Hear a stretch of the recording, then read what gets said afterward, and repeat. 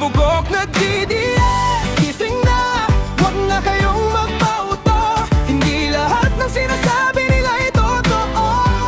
Hindi sapat ang salita kung walang gawa, kung ang kapalit ay dugo at luha. Mga bugok na DDS,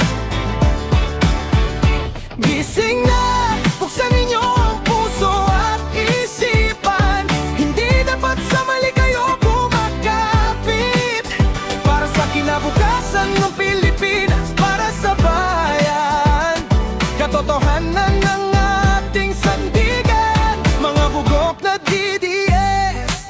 Sa social media, usap-usapan, puro panlalait at murahan. Bulag-bulagan sila sa maling katotohanan. Mga bugok o bobo na DDS, di nakikita ang tunay na totoo.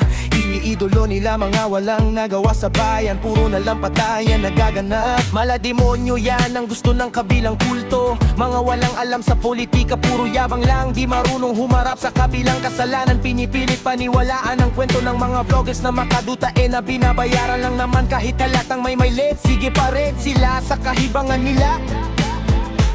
Mga bugok na DDS, gising na, huwag na kayong magpauto. Hindi lahat ng sinasabi nila ay totoo. Hindi sapat ang salita kung walang gawa, kung ang kapalit ay dugo at luha. Mga bugok na DDS, gising na, buksan ninyo ang puso at isipan. Hindi dapat sa mali kayo kumakapit.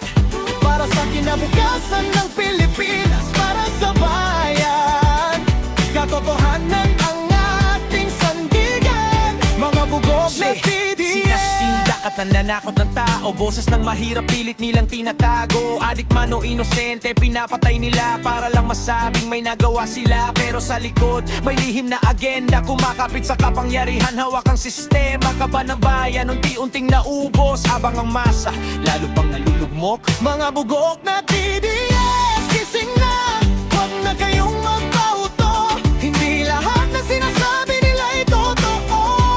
Hindi sapat ang salita kung walang gawa, kung ang kapalit ay dugo at luha. Mga bugok na DDS,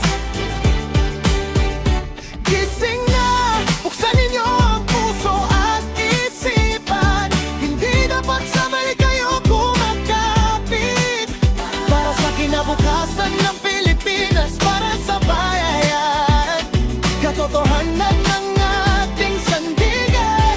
Mga bugok na DDS. Pagkalingan mo to, hindi ito biro. Hindi lahat ng nakikita mo sa screen ay totoo. Mga bugok na pinaniwalaan ng kasinungalingan. Binenta ang prinsipyo kapalit ng kapangyarihan. DDS sumisigaw pero walang laman. Pag tinanong mo ng facts, biglang nawawalan. Iniidolo ang leader na puro pangako, pero sa likod sarili bulsa ang target, bro. Corruption ang galaw, parang negosyo. Buhay ng tao ginawang parang laro. Gising na kabataan, huwag kang padala. Kinabukasan mo, ikaw ang bahala. Hindi alit ang sagot kundi ipag-unawa, pero di pwedeng manahimik kung mali na ang ginagawa. Panahon na para magtanong at kumilos. Hindi na tayo dapat magbulag-bulagan sa mga salotan. Mga bugok na DDS,